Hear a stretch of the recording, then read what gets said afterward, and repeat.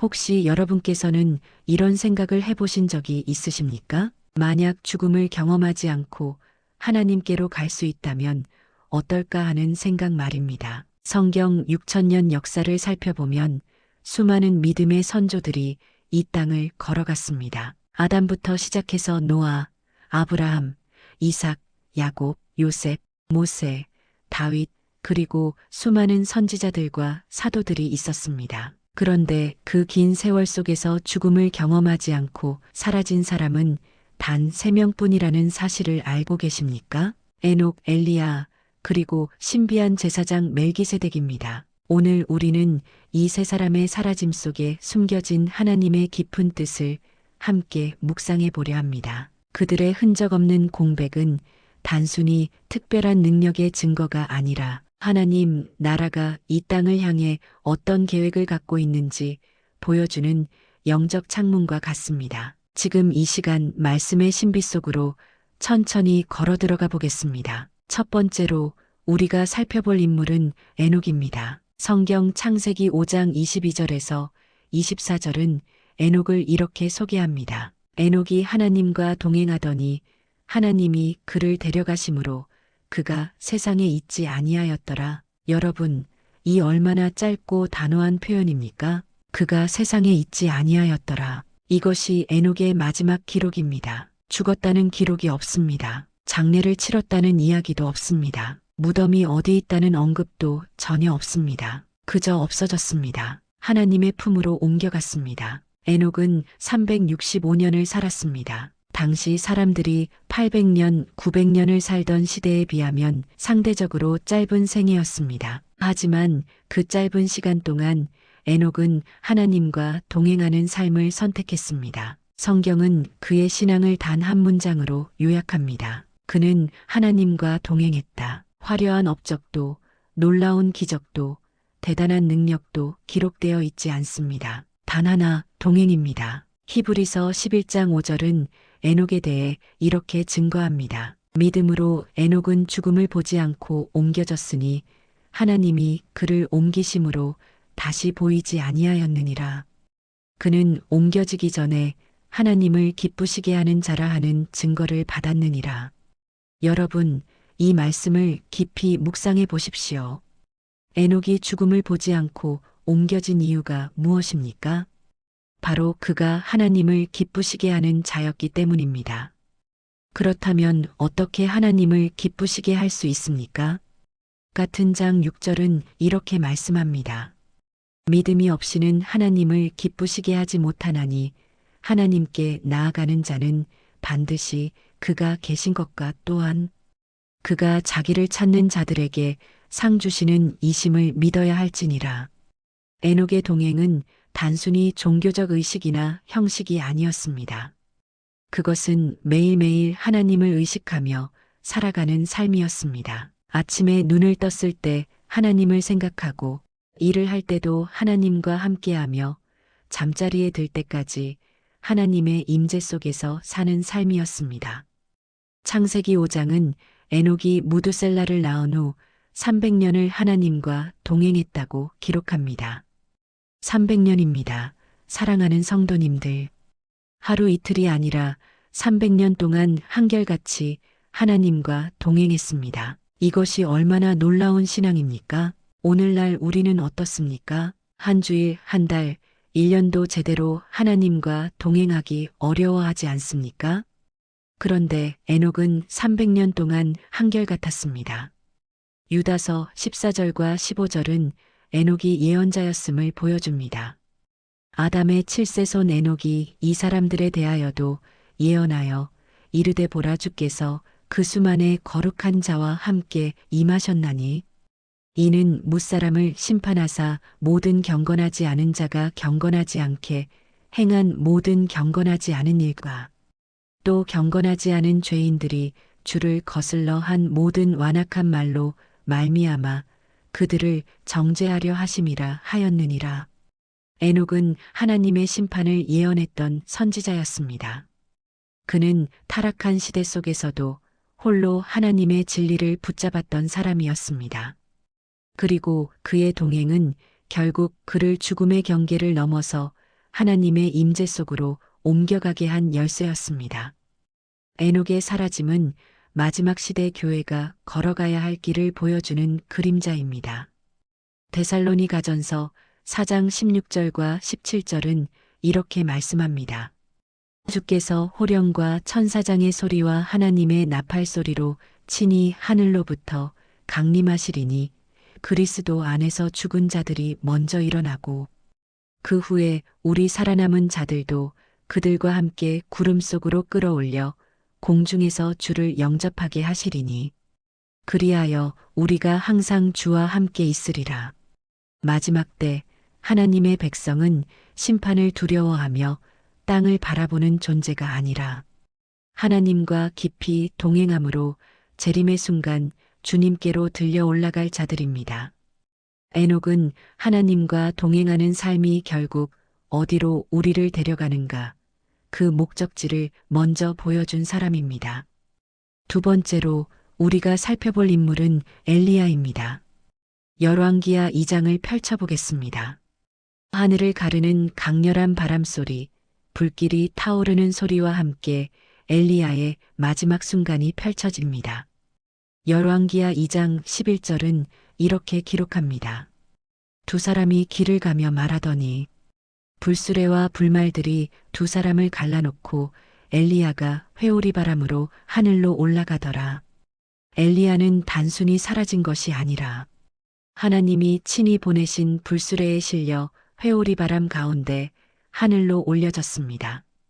그 모습은 목격자 엘리사에게 큰 충격을 주었습니다.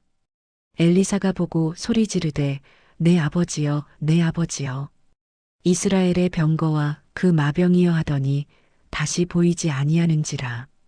엘리야의 생애는 처음부터 끝까지 치열한 전쟁이었습니다.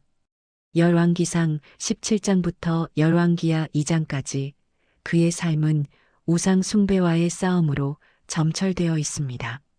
아합 왕과 이세벨 왕후가 바알과 아세라를 섬기며 이스라엘을 타락시켰던 암흑의 시대였습니다. 그 시대에 엘리야는 홀로 여호와 하나님을 섬겼습니다.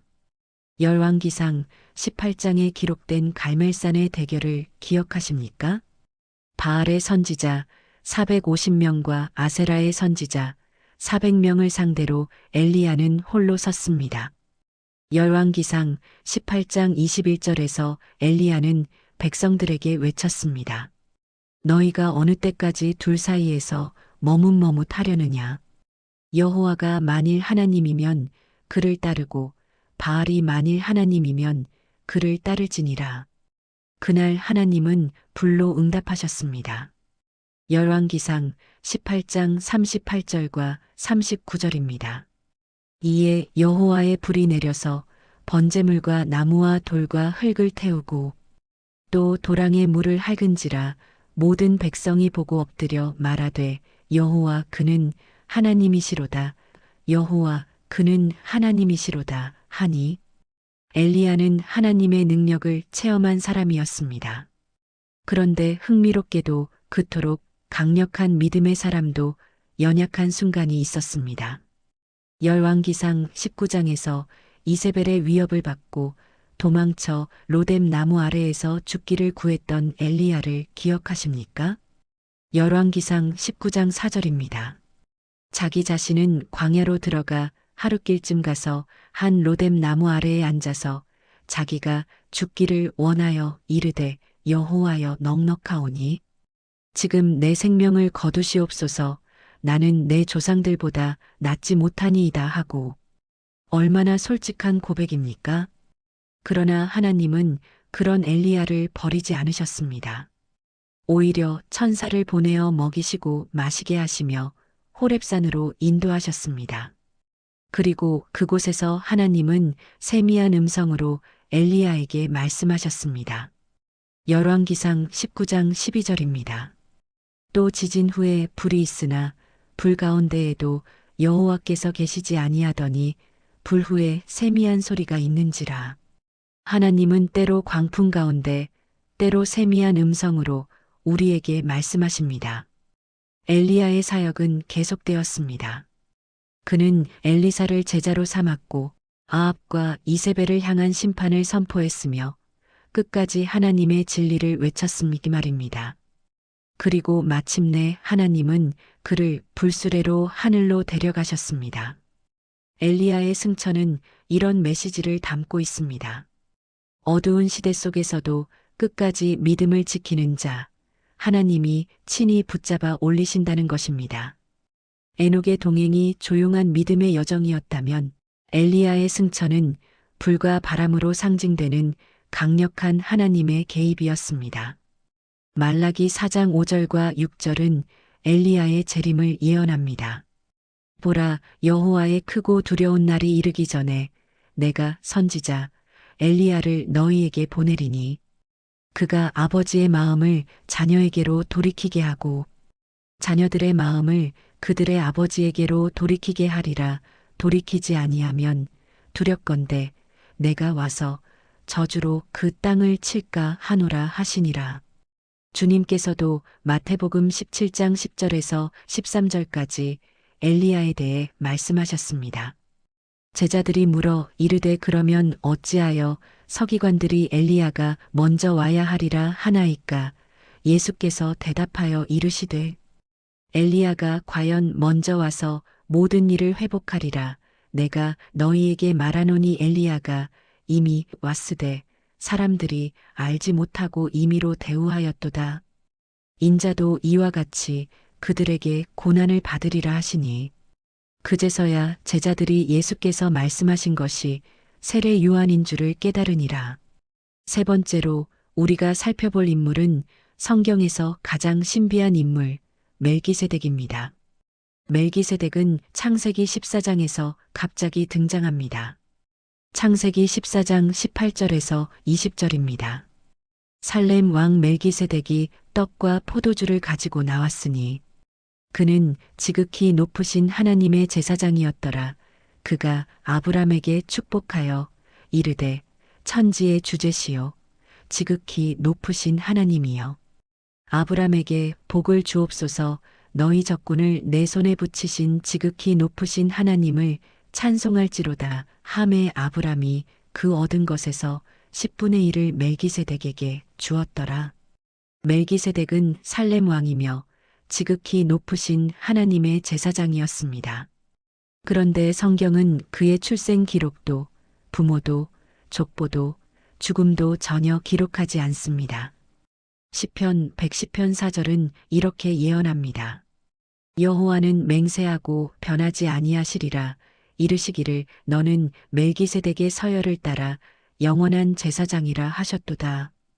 이 구절은 메시아가 멜기세덱의 반차를 따르는 제사장이 될 것을 예언한 것입니다. 히브리서는 이 신비를 더 깊이 설명합니다. 히브리서 7장 1절에서 3절입니다. 이 멜기세덱은 살렘 왕이요 지극히 높으신 하나님의 제사장이라 여러 왕을 쳐서 죽이고 돌아오는 아브라함을 만나복을 빈 자라. 아브라함이 모든 것의 10분의 1을 그에게 나누어 주니라. 그 이름을 해석하면 먼저는 의의 왕이요. 그 다음은 살렘 왕이니 곧 평강의 왕이요. 아버지도 없고 어머니도 없고 족보도 없고 시작한 날도 없고 생명의 끝도 없어 하나님의 아들과 닮아서 항상 제사장으로 있느니라. 여러분, 이것은 멜기세덱이 신적 존재라는 뜻이 아닙니다. 그의 등장 방식 자체가 시간에 속하지 않은 영원성을 상징하도록 하나님이 의도하신 장면이라는 뜻입니다. 히브리서 7장은 계속해서 멜기세덱과 레위 제사장직을 비교합니다. 히브리서 7장 16절과 17절입니다. 그는 육신에 속한 한 계명의 법을 따르지 아니하고 오직 불멸의 생명의 능력을 따라 되었으니 증언하기를 내가 영원히 멜기세덱의 반차를 따르는 제사장이라 하였도다. 레위 제사장들은 죽기 때문에 계속 교체되어야 했습니다.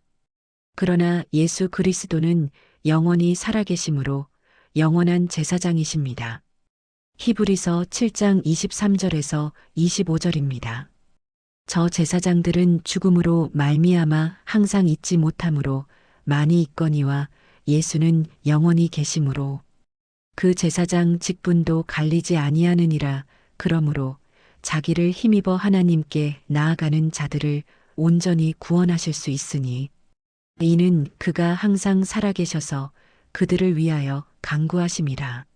멜기세덱은 예수 그리스도 영원한 대제사장의 모형입니다. 에녹은 휴거의 모델입니다. 엘리야는 하나님의 능력으로 옮겨지는 승천의 모델입니다. 멜기세덱은 영원한 나라의 질서, 대제사장 되신 그리스도의 예표입니다. 세 사람 모두 하나님의 구원 계획을 입체적으로 보여주는 하늘의 그림자입니다. 네 번째로 이제 우리를 향한 하나님의 약속을 살펴보겠습니다. 사랑하는 성도님들, 흥미로운 사실이 있습니다. 이 세 사람은 사라진 이유에 대한 기록이 성경에 없습니다. 에녹은 없어졌다가 끝입니다. 엘리야는 하늘로 올라가며 끝입니다. 멜기세덱은 아무 출처도 없이 사라지고 끝입니다. 성경이 이렇게 기록을 남기지 않는 이유는 분명합니다. 그들의 이유는 이 땅의 기록이 아니라 하나님의 영역에 속한 이야기이기 때문입니다. 하나님의 나라는 보이지 않지만 실제적입니다. 그리고 그 나라는 성경의 이 공백들을 통해 우리에게 그 실체를 암시하고 있습니다. 고린도전서 15장 51절에서 54절은 이렇게 말씀합니다.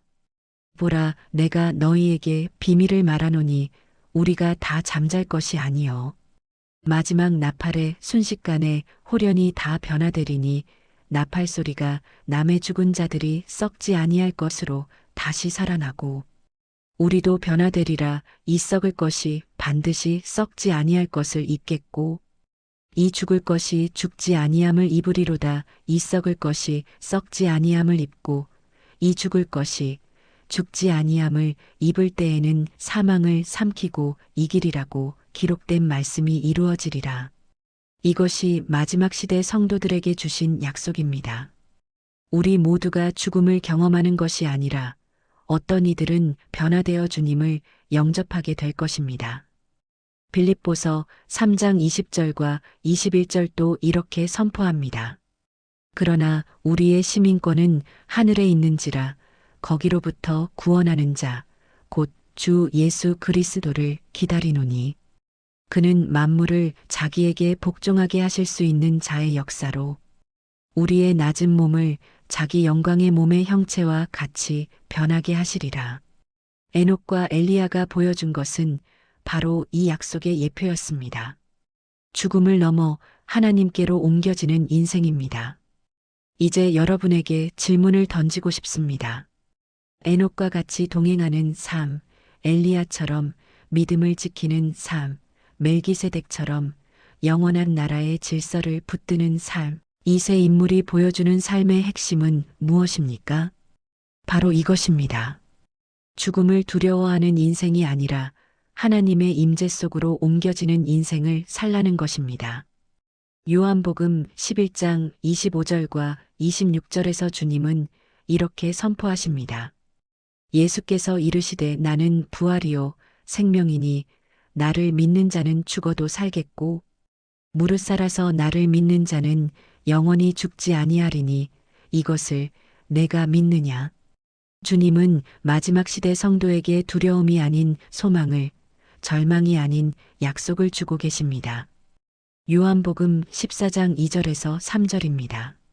내 아버지 집에 거할 곳이 많도다. 그렇지 않으면 너희에게 일렀으리라. 내가 너희를 위하여 거처를 예비하러 가노니 가서 너희를 위하여 거처를 예비하면 내가 다시 와서 너희를 내게로 영접하여 나 있는 곳에 너희도 있게 하리라. 주님은 우리를 위해 처소를 예비하고 계십니다. 그리고 때가 되면 친히 오셔서 우리를 데려가실 것입니다. 이제 이 말씀을 우리 삶에 어떻게 적용할 수 있을까요?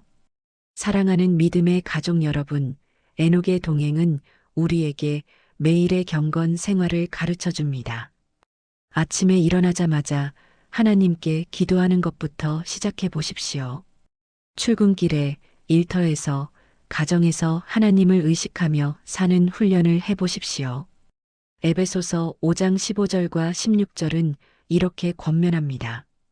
그런즉 너희가 어떻게 행할지를 자세히 주의하여 지혜 없는 자 같이 하지 말고 오직 지혜 있는 자 같이 하여 세월을 아끼라 때가 악하니라. 매일 아침 15분이라도 주님과 단둘이 시간을 보내보십시오. 성경 한 장을 읽고 묵상하며 기도하는 시간. 이것이 하나님과 동행하는 삶의 시작입니다. 직장에서 어려운 일을 만났을 때 먼저 기도하는 습관을 들이십시오. 화가 날 때, 조급할 때, 두려울 때마다 짧은 기도로 하나님께 나아가십시오. 주여 도우소서, 주여 지혜를 주소서, 주여 평안을 주소서. 이런 짧은 기도들이 모여 하나님과 동행하는 삶이 됩니다. 가정에서도 마찬가지입니다. 가족과 함께 식사 전 감사 기도를 드리고 저녁에 함께 짧은 말씀을 나누는 시간을 가져보십시오. 자녀들이 있다면 잠들기 전 함께 기도하는 시간을 가지십시오.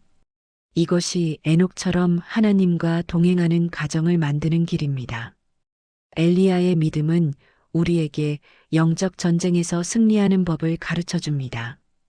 오늘날 우리도 영적 전쟁 가운데 살고 있습니다. 세상의 가치관, 물질주의, 인본주의, 쾌락주의가 우리를 유혹합니다. 에베소서 6장 12절은 이렇게 경고합니다.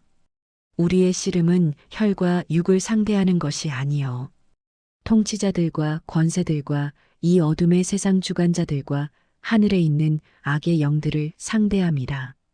엘리야가 바알 선지자들 앞에서 홀로 섰듯이 우리도 때로 세상과 다른 선택을 해야 할 때가 있습니다. 정직하지 못한 방법으로 이익을 얻으라는 유혹 앞에서 거절하는 것, 주의 성수를 지키기 위해 불이익을 감수하는 것, 세상과 타협하지 않고 진리를 지키는 것, 이것이 엘리야의 믿음을 본받는 길입니다. 야고보서 5장 17절과 18절은 엘리야를 이렇게 증거합니다.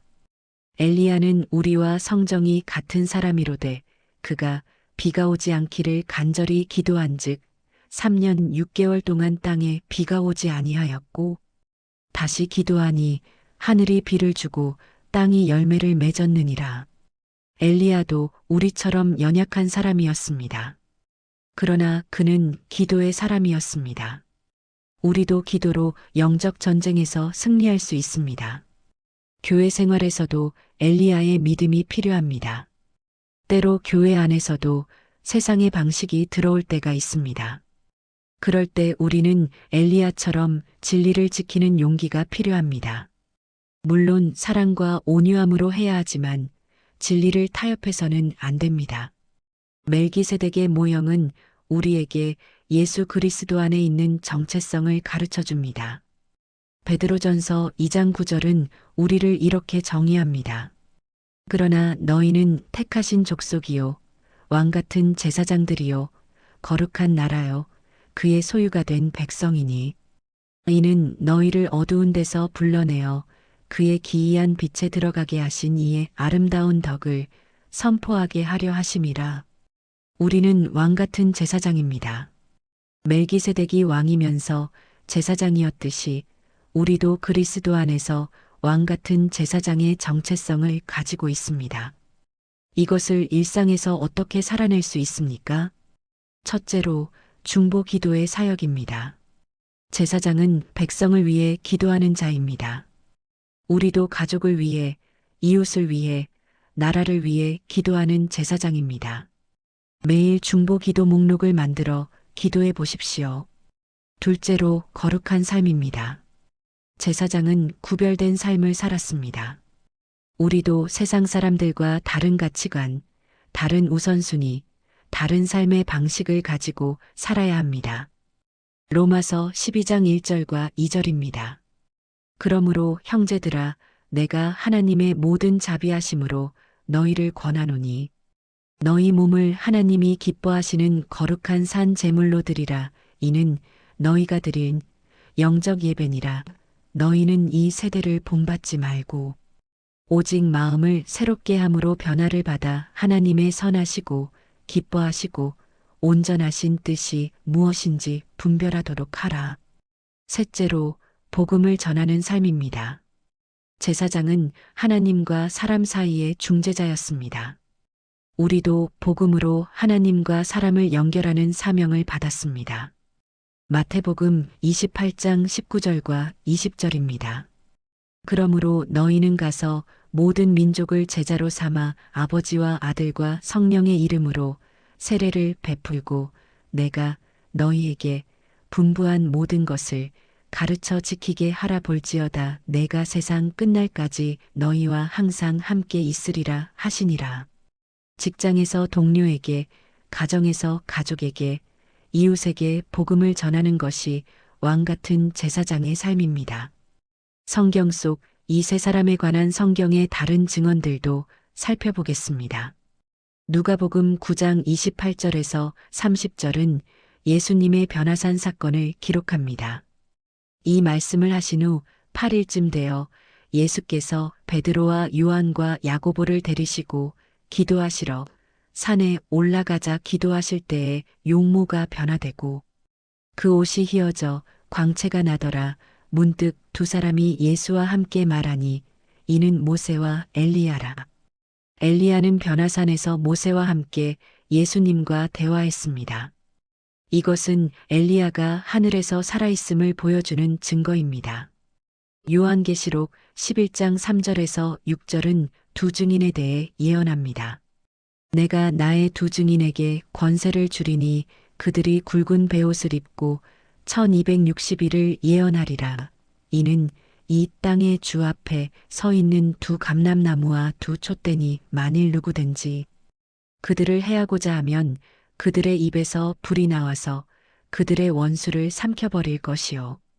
누구든지 그들을 해하고자 하면 반드시 이와 같이 죽임을 당하리라.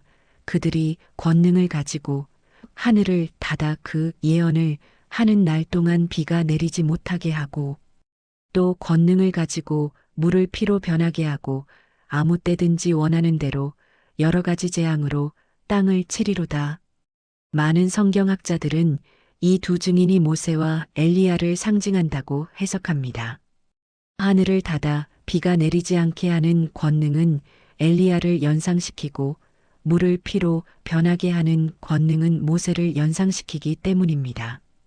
이것은 하나님께서 마지막 때에도 그분의 종들을 통해 역사하실 것을 보여줍니다.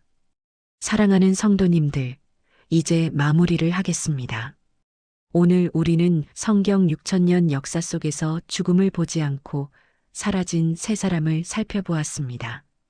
에녹, 엘리야, 멜기세덱입니다. 에녹은 우리에게 하나님과 동행하는 삶을 가르쳐 주었습니다. 창세기 5장 24절, 에녹이 하나님과 동행하더니 하나님이 그를 데려가심으로 그가 세상에 있지 아니하였더라. 엘리야는 우리에게 끝까지 믿음을 지키는 삶을 가르쳐 주었습니다. 열왕기하 2장 11절, 두 사람이 길을 가며 말하더니 불수레와 불말들이 두 사람을 갈라놓고 엘리야가 회오리 바람으로 하늘로 올라가더라. 멜기세덱은 우리에게 영원한 제사장 되신 그리스도를 보여주었습니다. 히브리서 7장 3절, 아버지도 없고 어머니도 없고 족보도 없고 시작한 날도 없고 생명의 끝도 없어 하나님의 아들과 닮아서 항상 제사장으로 있느니라.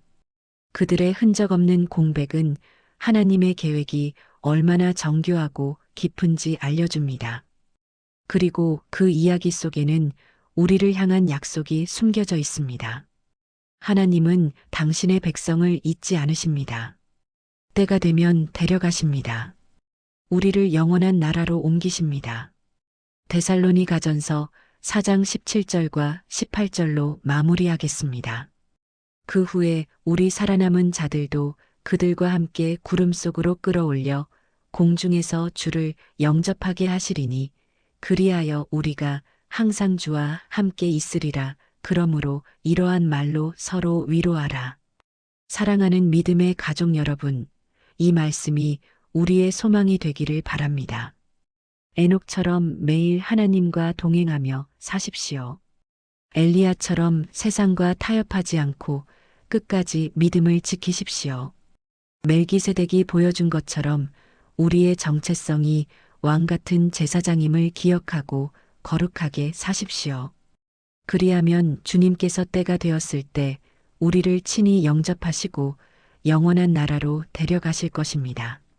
오늘의 묵상이 여러분의 믿음과 걸음에 새로운 통찰과 소망을 더해드리길 바랍니다. 이 말씀이 여러분의 마음에 깊이 새겨지길 소망합니다. 혹시 오늘 말씀이 은혜가 되셨다면 좋아요 버튼으로 함께 은혜를 나누어 주시고 댓글로 여러분의 간증이나 생각을 나누어 주시면 감사하겠습니다. 여러분의 한마디 한마디가 다른 분들에게 큰 위로와 격려가 됩니다. 그리고 구독과 알림 설정을 통해 다음 말씀도 함께 나누실 수 있기를 바랍니다. 지금까지 함께 해주신 여러분, 진심으로 감사드립니다. 말씀의 여정 속에서 여러분의 하루가 하나님과 더욱 가까워지기를 축복합니다. 주님의 사랑과 평강이 여러분과 여러분의 가정에 언제나 함께하기를 기도합니다. 다음 시간에 또 만나 뵙겠습니다. 샬롬.